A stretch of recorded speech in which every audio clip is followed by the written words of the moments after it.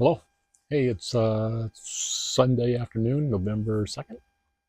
And I've been thinking about this question for a long time, because I've worked on myself for years. I became a certified coach in 2016 with the John Maxwell team.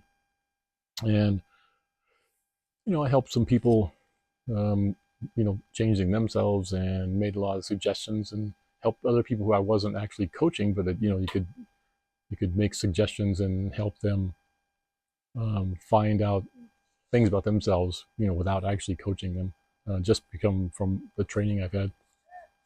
But one of the things I've wondered for a long time is let me tell you, because I'm 72 now, so I have many many years of being a certain way. So a number of years ago, I started working on myself about making changes in me so that I was you know, more open with myself and would say things and do things that what I wanted to do, which was what I really wanted to say, as opposed to always being the pleaser, the guy who fixes things.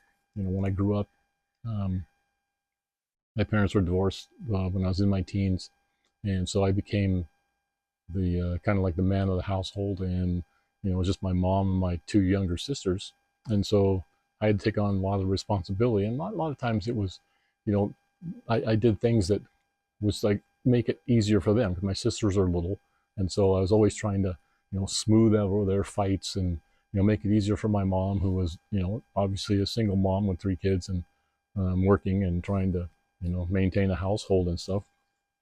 And so that kind of socialized in that manner, being the fixer, the pleaser guy.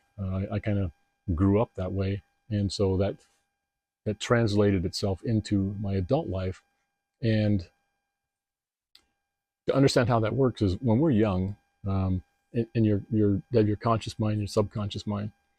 Your conscious mind is your, it's like an emotional mind, and then your subconscious mind is like your non-emotional mind. It's like it's more of a it takes in everything and believes everything because it doesn't know anything. It can't think about anything. Your subconscious just takes it in, and that's the way it is.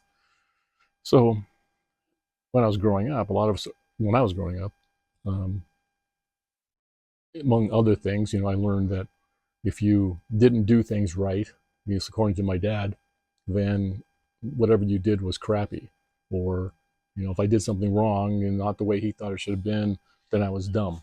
So I learned at a young age to, if I didn't want to have something criticized or be told that it wasn't right, you just don't ever finish it. So in, that translated into my adult world in many many ways, because there was a bajillion things I've done, started excellently, and then just sort of taper off. You never finish the project completely, because that way it can't be judged. The other thing was being the pleaser of the family, kind of one has to smooth everything out. That translated into my adult life, where that not everything that I did, but many things that happened in my marriage and just in relationships with people in general, um, I would always defer my needs and wants and the things that I should have said. I would defer those to the other people, so that just trying to please them and make them happy, everything's smooth. I didn't want to have any sort of conflict. So you do that for years and years and years. Um, you can build up resentment inside yourself for not being you. And it's not like you're not being someone else. You're just not being the authentic you, the one who, if someone asks you to do something and you don't want to do it, you just say no. Instead, we would, maybe you would say yes and do something that you didn't want to do anyway, or you would say no and then make up some excuse for it instead of just saying no. I just don't want to do that. So, I've had 72 years to to know about those things, but uh, a number of years ago I started working on myself and understanding that that's what I was doing. I started recognizing that resentment in me, not for people, but just this built up pressure that was just stay inside me. And occasionally it would, make its way out via some blow up that I'd have, over some minor thing. It just happened to be the one straw that broke the camel's back, that kind of thing. So I overreacted on some minor thing because everything spewed out. But I learned to be aware of when I was doing that, and not the anger thing, but being aware of when I was when instead to now when I wasn't being the authentic me. And it sounds easy, but it's a hard thing to do because a lot of us, especially men, and probably this is probably directed towards a lot of men who are maybe in their latter part of their life, who knows, 40s, 50s, 60s, or maybe as old as me, 70 something. We don't always get that. We don't always recognize that we're doing that in the early years of our life, and we're able to change course and not do that anymore. But once you recognize it, it's still hard to do, but you can make changes. Once you understand and recognize the patterns that you're doing, when you start doing that, start falling back into that same thing instead of just saying, no, or, I want to go do this and just leave it at that.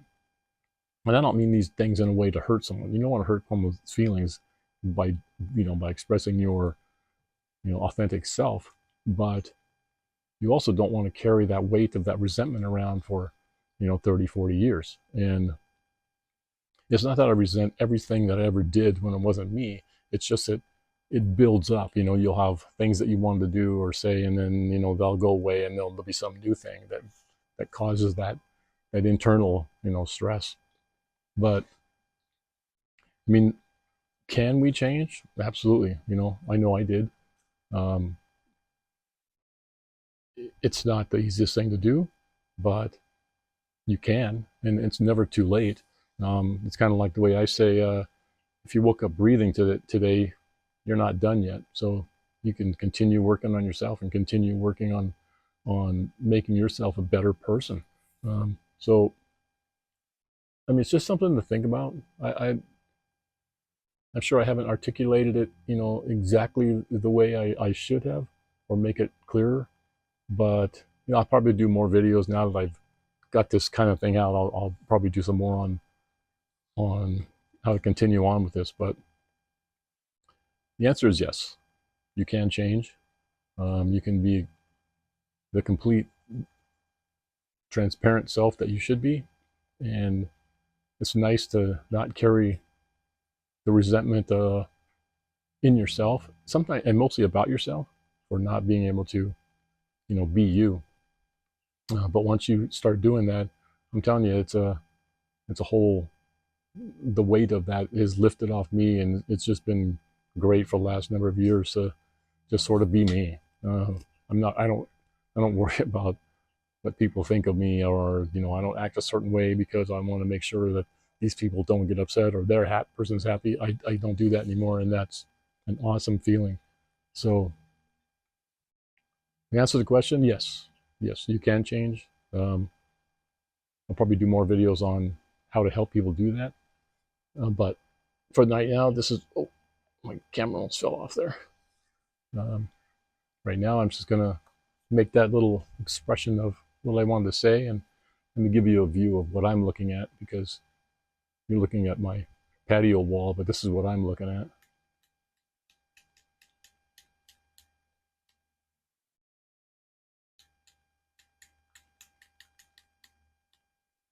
Better view than looking at me.